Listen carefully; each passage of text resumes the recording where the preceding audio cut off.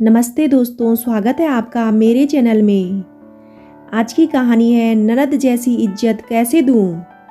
आप ननद तो रही नहीं, पड़ोसन बन गई। एक सुखी संपन्न परिवार था। लतिका की शादी उसी घर में हुई थी जहां किसी चीज की कोई कमी भी नहीं थी। कमी थी तो बस संस्कार की। सासू माँ ने अपने तीनों बेटों को सब कुछ सिखाया था। नहीं सिखाया था तो औरतों की इज्जत करना, अपनी माँ बहन की इज्जत करना तो सिखाया था, पर दूसरे घर की बेटी की क्या कदर होनी चाहिए वह नहीं सिखाया था। तीनों बेटे अपनी पत्नी को पैरों की जूती समझते थे। ढंग से बात कैसे की जाती है यह पता ही नहीं था। कहीं पर भी बेइज्जती कर देना तो आम बात थी। यह चीज़ उसे बहुत दुख देती थी। शादी के कुछ दिन बाद उसे पता चला कि उसकी ननद उनके सामने वाले फ्लैट में रहती है, जिसे उसकी सासू माँ ने इसलिए खरीद कर दिया था ताकि वह हर पल हमारी नज़रों के सामने रहे। कुछ दिनों में यह भी समझ आ चुका था कि वह फ्लैट सिर्फ रहने के लिए है और सोने के लिए ही इस्तेमाल होता है। बाकी तो सब यही होता था। रसोई छूने के अगले दिन जब इनके लिए चाय बनाने गई तो देखा उनके दोनों बच्चे स्कूल के लिए तैयार होकर टिफ़िन के लिए बैठे हैं। सासू माँ ने कहा, बहू जल्दी से इन दोनों के लिए टिफ़िन तैयार कर दो, इसकी मम्मी सो रही है। उसने फटाफट टिफ़िन तैयार किया। फिर तो यह रोज़ का काम था। थोड़ी देर में ननद नंदोई आ गए। उन्हें चाय नाश्ता करवाया, फिर खाना खाने के समय आ गए, फिर रात का खाना बनाया। इसी तरह से प्रतिदिन का काम था। उनके बैठने और खाने से लतिका को कोई दिक्कत नहीं थी। बड़ी ननद थी, कोई बात नहीं, पर समस्या ये थी कि वह दिन भर सासू माँ के कान भरती, जिस कारण वह कभी भी उससे ढंग से बात भी नहीं करती। हर बात में ताना देती काम के लिए और झगड़ा भी करती।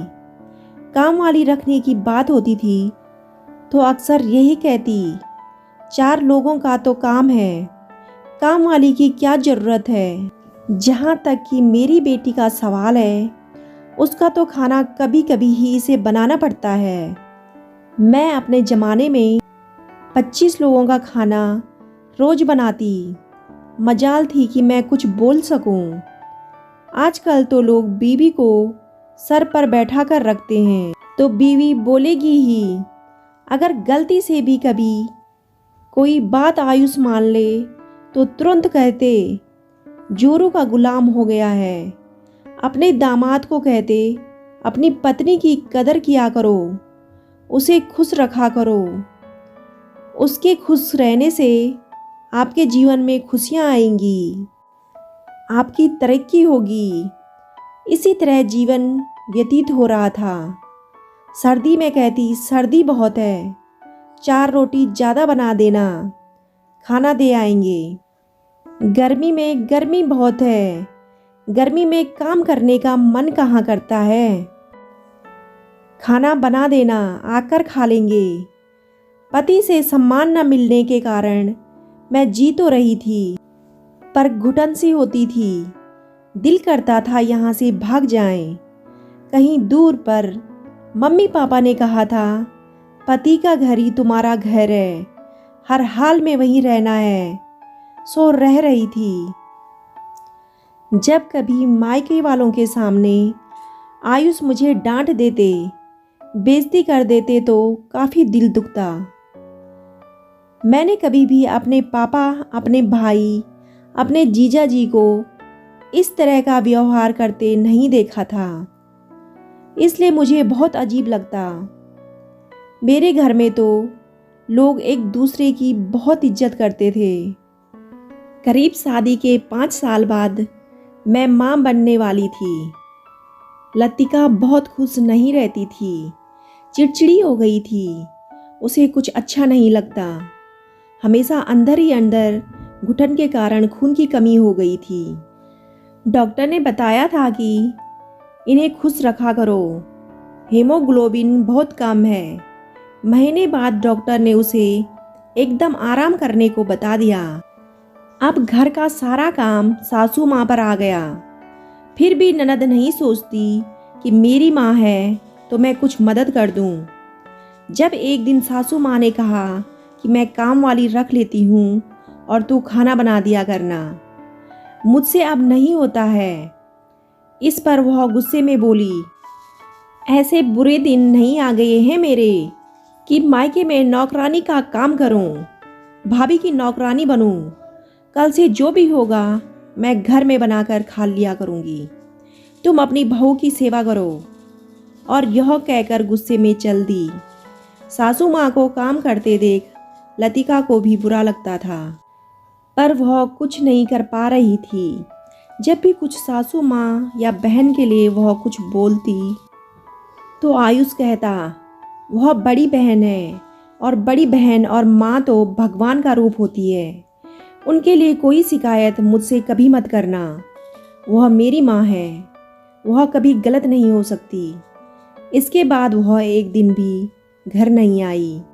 लतिका का बच्चा भी हो गया। वह अस्पताल में भी उसे देखने नहीं गई। बच्ची को लेकर जब वह घर आ गई तब भी वह देखने नहीं आई।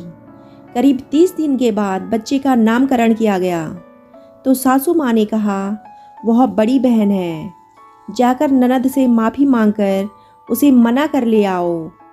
लतिका ने कहा, किस बात की माफ़ी मांगूं मैंने तो कुछ कहा ही नहीं था। इस पर आयुष बोले, मम्मी ने तुम्हारे कारण ही तो काम करने के लिए कहा था। अगर तुम अपना ध्यान रखती तो बेड रेस्ट डॉक्टर कहता ही नहीं और यह सब होता ही नहीं। सारे फसाद की जड़ तो तुम ही हो। अब चुपचाप चलो और दीदी को मनाकर घर ले आते हैं। मैंने भी सोचा कुछ बोलने से यहाँ पर फायदा तो है नहीं, चलो चलती हूँ, माफ़ी मांग लेती हूँ। दीदी घर चलिए, जो हुआ उसे भूल जाइए और हमें माफ़ कर दीजिए। इतना कहते ही वह मुस्कुराई। मुझे ऐसा लग रहा था जैसे वह कह रही है मैं जीत गई। इसके बाद सबको पता था कि अब वह घर का काम करने के लिए तैयार हो गई है, तो उनका आना जाना फिर से पहले जैसा शुरू हो गया था। एक दिन जब लतिका की बेटी की वैक्सीनेशन करवाकर घर लौटी तो पता चला कि लतिका की बड़ी ननद सासू माँ से कह रही थी, आजकल लतिका का व्यवहार कुछ बदला बदला सा लगता है।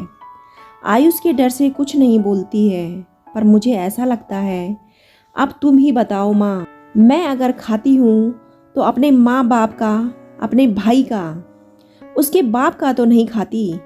फिर वह ऐसा क्यों करती है, जैसे मुझ पर बहुत बड़ा एहसान कर रही हो।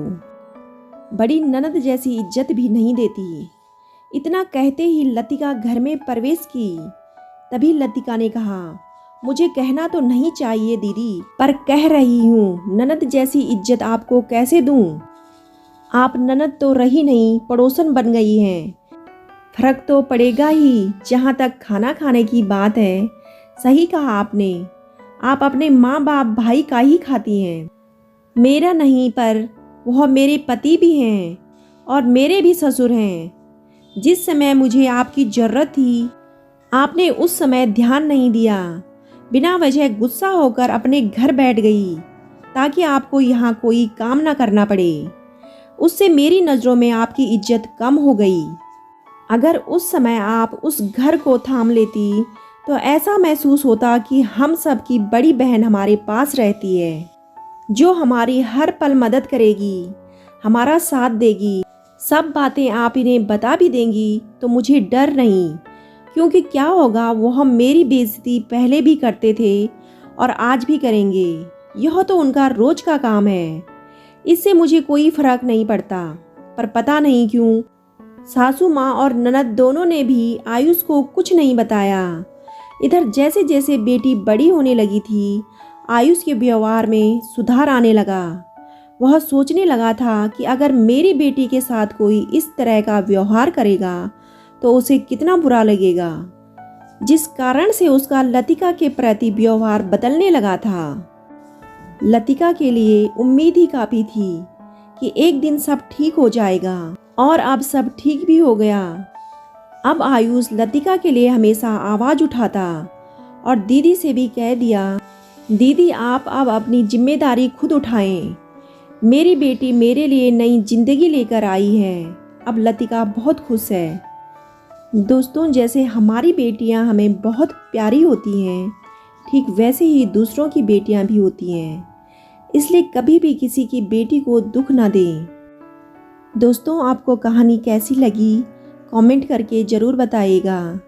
कहानी अच्छी लगे तो वीडियो को लाइक और चैनल को सब्सक्राइब करना ना भूलें। कहानी सुनने के लिए आपका बहुत बहुत धन्यवाद।